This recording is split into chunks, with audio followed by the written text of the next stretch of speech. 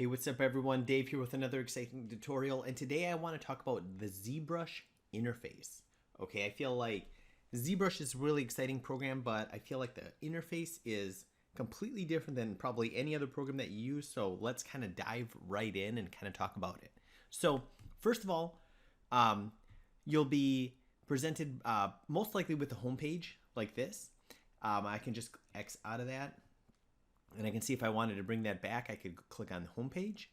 Then you'll be presented with the Lightbox. I can click on this button here to turn the Lightbox on or off. And the Lightbox is basically just predefined things that you can open or close. It's just kind of like a cool viewing system where you don't have to like go into your folders of your computer. It's just kind of all right here. And by the way, if I click between one of these things, I can click and move it side to side. If I click on one of these on the top here, that's kind of different categories. And to look at some different things, I feel like what I want to do is I want to go to project here, and then I want to double click on this demo head. So if I double click, now there'll be something in the scene where I can kind of demonstrate some things. Okay, so first of all, let's talk about navigation. So if I click on nothing in this blank area, I can move around like this, okay, very freely. And then if I hold down Alt, click on nothing, I can move around like that. And then if I click on Alt, then while still holding Alt, click on nothing and keep clicking on nothing, but then let up on Alt, then I can move in like this. Okay, I know that sounds kind of weird, but it takes a little bit of practice, but once you get used to it, it's not too big a deal. Again, click on nothing to move around like this, Alt, click on nothing, and then Alt, click on nothing, and then while you're still holding down the left mouse button, you can let up on Alt, and then you can zoom in, okay? Now I should point out that if you're rotating and hold down Shift as you're rotating, it's gonna snap to a perfect kind of orthographical view. So I start rotating, then I press Shift, okay? Now, if you hold down Shift first and then click, it'll start to rotate like this. Okay, so you want to start moving around first, then hit Shift. Okay, you'll also notice that if I click on the nose just really lightly, just once, click on the nose, that becomes my new pivot point. Even if I zoom up, it's going to zoom up on the nose. Okay, if I click on the ear, again, that's the new pivot point. Then if I zoom up, it's going to zoom up on the ear. Now, let's say if I zoom up real close like this, and I can see that there's no blank area to grab onto. Outside of this gray border, that's considered blank area. So if I put my mouse in there, I can move around just like I could if I was clicking on a blank area on the canvas. If I press F as in frame, it's going to frame up on everything. Okay, so that's a good start. Now, by the way, if I click on the model, something happens, right? That would be like sculpting it. But I don't want to sculpt it. Instead, I'm moving around. Now let's look at the side navigation. So if I double click on this arrow right here, it'll close the divider. And if I double click on the arrow, it'll open the divider. And I can see there's a divider on this side as well. Now there may or may not be anything in these things. If there is something in here, I can click on the category head. And if I click on that, it'll dock it, and if I click it again, it'll bring it out. If I click on this manipulator, I can bring it and drop it in here and it gets rid of it. Okay, if I want to put something back in here, I can click on a menu, and then if I click on this stopwatch thing and click and hold, I can drag it over here. Okay, now I could minimize this, and then I could go to another menu, and then I could drag that and I could drop it over here as well. Then if I close the divider and then open the divider back up, I can see that they're still there, okay? And that's pretty cool. Now, if I open this one, I can see that the dynamics menu closes. If I open this one, the brush menu closes. If I hold down Shift while I click on brush, it looks like it's still going to do it, but if I open up the brush menu, you can see that these subcategories, I can only open one at a time. However, if I hold down Shift and click on a subcategory, now I can open up multiple categories at a time. Otherwise, what will happen is if you click on a category, it'll open up, and then if I click on another one, it'll automatically close the previous one. Okay, so Over here, I usually have the tool menu set. So the tool menu set is this menu set here. So if you didn't have that over there, I would just grab this, drop it over here. Now on this side is usually just kind of a bonus section. Like if I need to enter a menu, I'm going to put it over here. I'll just take this out for now, drop this back, and then leave this tool over here because this is what I'm going to be using the majority of the time. Okay, now let's take a look at the character here. So if I zoom up, again, Alt, click on nothing, keep clicking on nothing, let up on Alt, I can zoom in. Now, over here, I can click on my brushes. And if I click on the brush, all the brushes come up, and notice that they're alphabetical from A to Z. If I press a letter, G for example, it'll show me all the brushes that start with that letter. I'm just going to go into the Damien Standard brush. So the Damien Standard brush starts with D, and there it is, okay? Or I could just click on the brush, and I can see it's there. The brush is comprised of a stroke and an alpha. Okay, we'll get more into that in a second, but let's take a look at the Damien Standard brush. If I can see this red circle, that's the size of my brush. If I click the bracket keys, it's going to make the brush bigger or smaller. I could also go to draw size right here, make the brush bigger or smaller, or I could press spacebar, hold down the spacebar, and now I can change the draw size bigger or smaller. I could also press S, and that's going to bring up just the draw size, and that'll make it bigger or smaller. I like to hold down the spacebar and then do it like that. I feel like spacebar is easiest to find. Now, when I click, I can see that if I click like now, I can see it's pushing in, and that's because Zsub right here is pressed. If I click Zadd, it's going to raise up. Okay. Now, and then when I rotate it, we can kind of see what's happening. Now we can see that it looks super pixelated. So I'm going to hit Control Z, Control Z, Control Z, and I'm going to try that again. Except this time, in my tool menu, I'm going to go to Geometry. And in Geometry, here's my subdivision levels. So if I go down to subdivision level 1, I can see that it's super, super low poly. And if I go to Zsub, and if I try to sculpt, like let's say a wrinkle, it doesn't even make any sense because there's not enough information for me to sculpt that wrinkle. So if I go up a level, it's going to have quadruple the number of polygons. And if I wanted to see how many polygons, I can see active points right here. So at level 1, it's 3,500. At level 2, it's 14,000 polygons. Now it's 57,000 polygons. And at 57,000, it still looks pixelated. Control Z to undo. I'm going to hit divide. And now I can see that it's at about 250,000. Ooh, that's looking a lot better, but still not good enough. Control Z. Divide again. It's close to 1 million. Ooh, yeah, that's looking a lot better. Control Z. Let's try it again. Divide one more time. Now it's at 3.6 million. And I can see that it looks good. Okay, so think about it as it's kind of like you're carving into clay or sand, right? I feel like you have a lot of polygons that the more polygons that you have, the cleaner and crisper line that you can make. Because if you imagine this divided,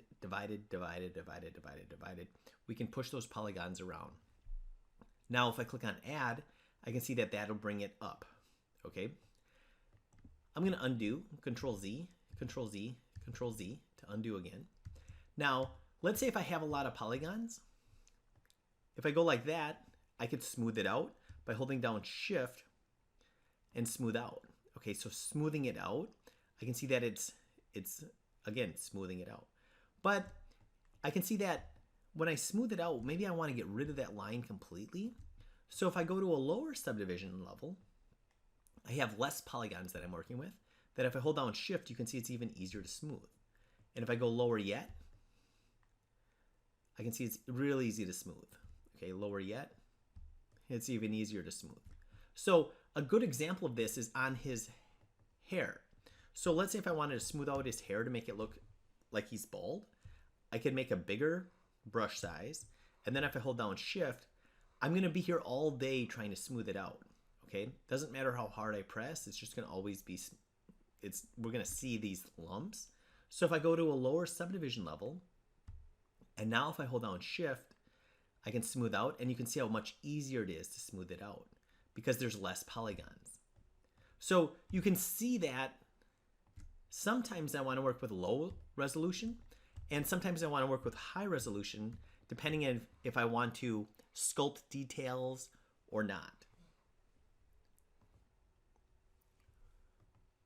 So let's take a look at subtools. So we looked at geometry here, but right above it is called subtools. And I can see that here's this character's face, and then here's his eyes. Okay, now to demonstrate this better, I'm going to show a different example. So if I go to Lightbox here, I'm going to go to this demo soldier. And if I double click on demo soldier, click no, I can see that demo soldier comes in the scene. And over here, I can see he's comprised of a lot of subtools. Now I'm only looking at 4 different subtools, and I can move this slider to see more or less of them. If I only was viewing 4, I could move this slider to kind of go down the list here, and you can see every aspect of the character. So I could bring that up like that. And if I wanted to sculpt, let's say on his body, I can see that his body is selected. And if I hover over it, I can see a preview of that subtool. And now if I sculpt, I can see that I'm sculpting that. But let's say if I wanted to sculpt this shirt, I can't sculpt this shirt unless I select the subtool. So I can select the subtool, and now I can see that I can select the shirt. Now, I can see that the shirt is very low poly. So if I wanted to, I could go like this. I could go back to, I could click on this alleyway and kind of move this up and down. And I could go back to geometry, and I could divide. And you can see that now I'm dividing only the shirt, divide, divide, divide. And now I can sculpt wrinkles all day long on this shirt. And when I'm done doing that, I want to go work on the body again, I can go back to subtool, and then I can select on him. One thing that I want to point out is that on these buttons, these are also buttons. You can see that when I click on that, it says start, and then there's 3 buttons here, and then a paintbrush, and then an eyeball. So this is 1, 2, 3, 4, 5, 6 buttons inside of buttons, okay? Now these buttons are actually Boolean operation. This is for painting, and this is for visibility. Now, for example, if I have the body and I wanted to hide the shirt, I can click on the eyeball, and that'll hide the shirt. If I click on the eyeball again, now it shows the shirt. You'll notice that if I'm on the shirt layer, I can't hide the layer that I'm currently on, even if I turn off the eyeball. So that's just one thing to keep in mind. But my point on all these buttons is that sometimes when people are selecting a layer, they go like that, thinking they select the layer, but they didn't. So when you select the layer, I want you to select it where the name of the layer is. That's going to be the safest way to select the subtool. On something like this that has a lot of subtools, I recommend holding down Alt and then clicking on the subtool in the viewport, and then that'll automatically select the subtool. You'll notice that when I click on Alt and click on these, it's automatically selecting the corresponding subtool here. All right, so let's go ahead and kind of move on here. I'm going to go back. If I go back to Lightbox, I'm going to go back to the demo head. And when I'm on the demo head, I can see that I'm on his head, and these are the eyes and teeth. Okay, I want to make sure that I'm on the demo head. That's good. And I can see, yep, he's got all his detail. And I'm going to show some things, so I'm going to go ahead and divide them up. And I'm going to divide them up at this point to 3.6 million. Now, I might be saying, well, how many polygons can I divide it up to? Well, if I go to Preferences here and go down to Mem, here it is, Mem, Max Polys per Mesh. Mine says 100. I believe that's 100 million. And that's going to change depending on your computer. So if you have a really bad computer, it might say 10, and that would mean that you could go up to 10 million. Now, I wouldn't try to push it as far as possible. I think a good rule of thumb is to stick around 4 million polygons. That should give you enough detail. If you need to go one more subdivision or so, that's fine. But I don't look at the subdivision level here. Like, in other words, I don't say I want to always divide something to 6. I look at how many polygons it is, okay? Because that's going to be more telling. If I had something that started with 1 million polygons, I could probably only divide it once or twice. But if I had something that started with 1,000 polygons, maybe I could divide it 6 or 7 times. Okay, and they're both going to end up around 4 million polys. So let's continue on here. I'll show you some other things. So we just looked at one brush, but some brushes, I'm going to go like this. Let's say if I go to the layer brush, then on the stroke, I'm going to go to drag rectangle. And then on the alpha, I'm going to choose something like this, the scales. Now, instead of like doing a normal like wrinkle, if I drag, you can see that I can drag, and that's why it's called drag rectangle, is I'm dragging out this file, and then when I'm done, it'll be there. Okay. Now this is a very harsh edge, so if I wanted a softer edge, I could do this. If I hold down the space bar, I can see focal shift. I'm going to put focal shift to 0, or yeah, to 0. And now it's going to be kind of a softer fade on the edge. You'll notice that focal shift is also up here. Okay. Now these scales are coming out because Zadd is on. If I hit Zsub, you guessed it, they're going to be pushed in. Okay. So now you can see how the brush kind of corresponds with these other things, the stroke and the alpha. I'll undo all that.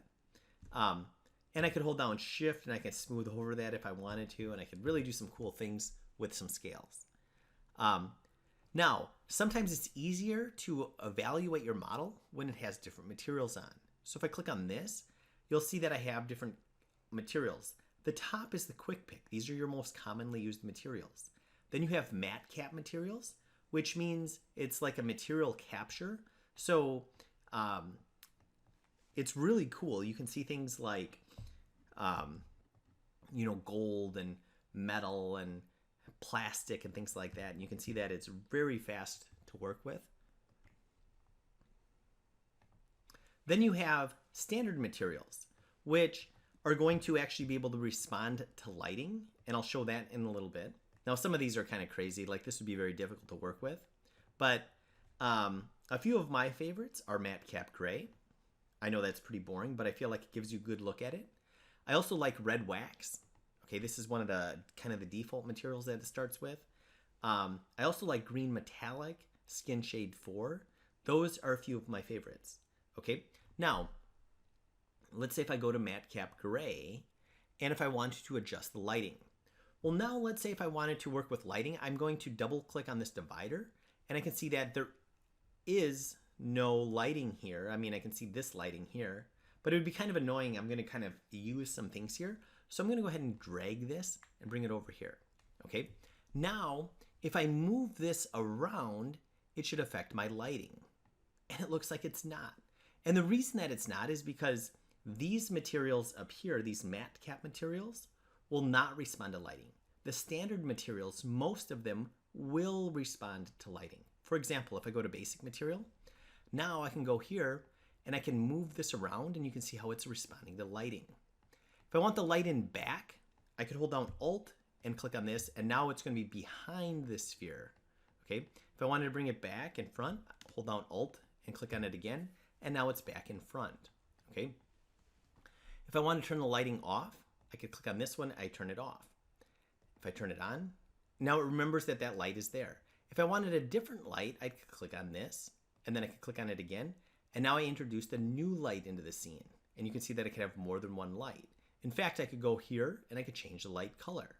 So if I click on this, now I have kind of a bluish lighting that's kind of cool, and I can kind of work like that.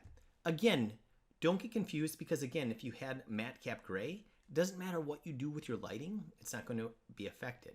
But if I come down here, I can start to even see the preview. It looks like these are getting affected by my blue and white lights. Okay, I could also play with the intensity and all those other things. Now, if I wanted to go back to my original, I could just turn this off, and now I'm kind of back to that, just that one single light. And if I click on this, you can see now I'm affecting that light. Now, let's take a look at hiding different things. So if I want to, I can go like this. First of all, symmetry. Let's talk about symmetry first.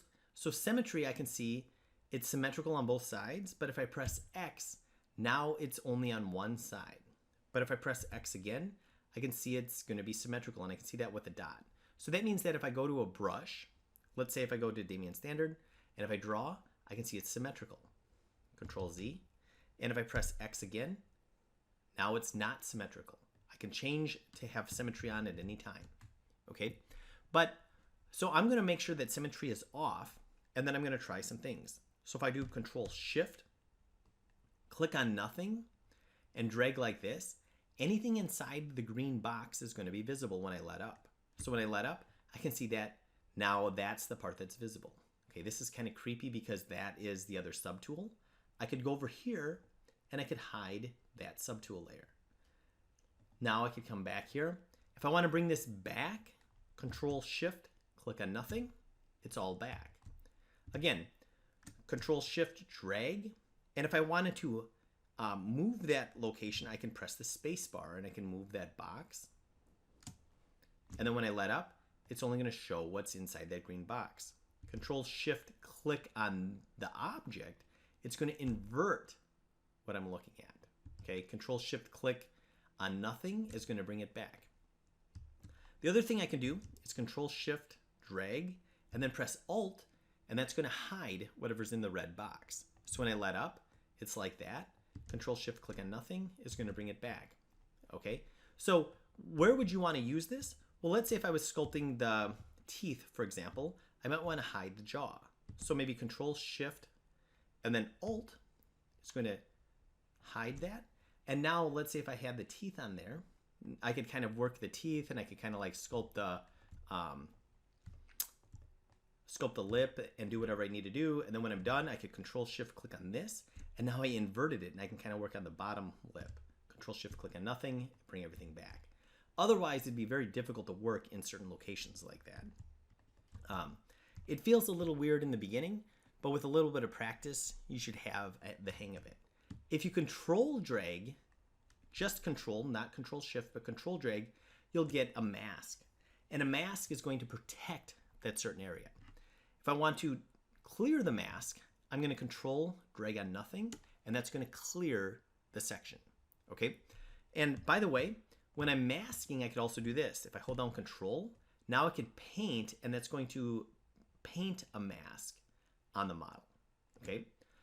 Again, Control, click on nothing. It's going to invert the mask.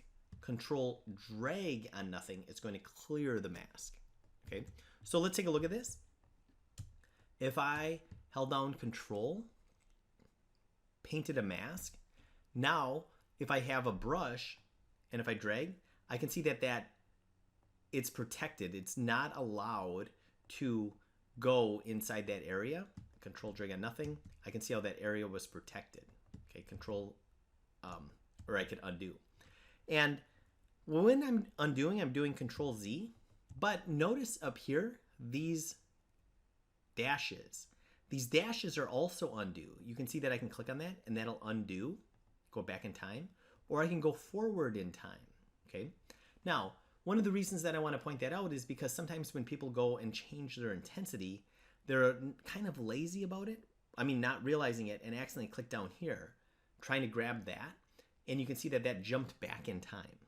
Okay. So you want to be very careful. I think that ZBrush has a lot of kind of hidden buttons that people don't realize. So just be aware of that. So let's say if I went back here and if I start doing something, it might say like, hey, your undos are restarting. Okay, just so you're, again, aware of that. Now, let's say we want to add something to this from Maya. Okay, well, what I would do is this. I'm going to go to Maya, and I'm going to go ahead and create something in Maya and bring it in. Okay, great. I have Maya open, and let's say if I wanted to make something in Maya and then kind of share it and bring it into ZBrush. Well, what I could do is I need to have the placement correct. So the first thing I want to do is I want to take my character in ZBrush, and I'm going to go like this. I'm going to go to Geometry. I'm going to bring it to the lowest subdivision level. Then I'm going to scroll back up to the top part of Tool, and I'm going to click Export. And when I click on Export, I'm going to export this guy as an OBJ. So I'm going to call this demo head, obj. I'm going to call this my demo head. Okay. And if I click save, it's saving to the desktop. Now I can go back into Maya. And I'm going to go like this. File, import.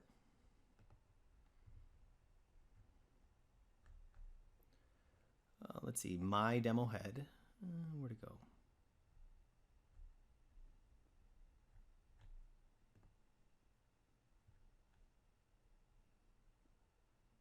Here it is, my demo head, import. And I'm not going to move it. Instead, I'm going to press F to frame up on it. And now I can see that it's in Maya. I go to create polygon cylinder. Okay. And then I'm going to scale the cylinder to fit the head.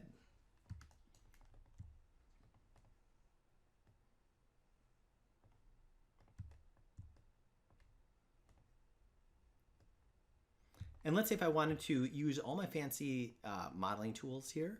So maybe I come in here and do insert edge loop. And I have kind of the benefit of doing all of these nice kind of, I don't know, controlled edits inside of here.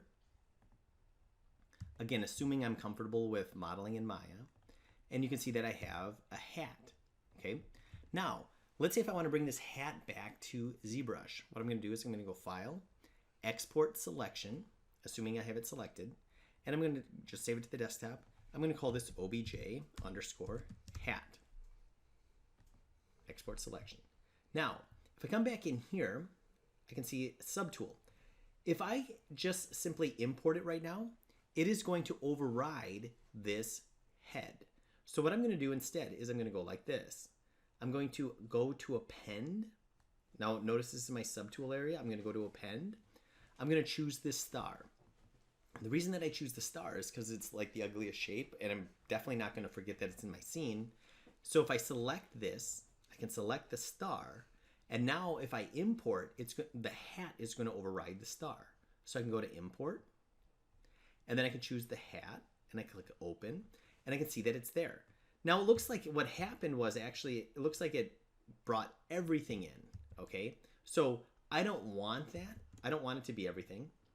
So if I selected the hat, I could go here and I could just hit delete. And then again, I'm going to go ahead and append the star and select it. And I'm going to go ahead and try that one more time. So if I go back to Maya, I want to make sure that, that this is export selection. And it looks like if I wasn't sure, I could actually go like this. I could delete this, and now I could go File, Export Selection, and I'm just going to try this again, obj underscore hat 2. And now if I come back into ZBrush, again, I can select the star because I want to override that, and I can go to Import, and now I could try hat 2, Import, and there we go. I can see that I have, here's the head if I wanted to sculpt in the head, here's the hat if I wanted to sculpt in the hat, and then each piece or each subtool would have its own ability to kind of divide. Okay, so I'd have my ability to do that. Now, let's say if I wanted to save, I'm going to go up here. I'm going to go to Save As. And if I save it this way, I'm going to be saving it as a tool. Okay, so I can call this like, you know, my character, and it's going to be saved as a ZTL. If I save it this way, the next time I open ZBrush, I'm going to have to click on Load Tool, and then I can find it and open it. Okay, that's one way to save it. Another way to save it is to go to File, and then if you go to Save As here, then the only difference really is that if you saved it this way, you're going to have to open it from this area. Okay, this is what's called saving it as what's called the ZBrush project, and this one's saving it as a ZBrush tool. And to be honest, they're very similar. Okay, they're both going to save all your subtools. They're both going to save all your color. They're both going to save all your basically everything. So I have a habit of saving the tool because that's the way that ZBrush started. That's the only way that you could save it. Then I feel like people got mad that there wasn't a file that they could save like a normal program. So then ZBrush added this later. And I think it just kind of added some confusion. Okay, so if you hit like basically Control S, it'll save it this way. And you just have to remember to open it that way. Okay, so hopefully you found this helpful. Just kind of an overview of ZBrush. And if you like videos like this, make sure to like and subscribe. Please leave any questions or comments in the area below. And I will see you next time. Thank you.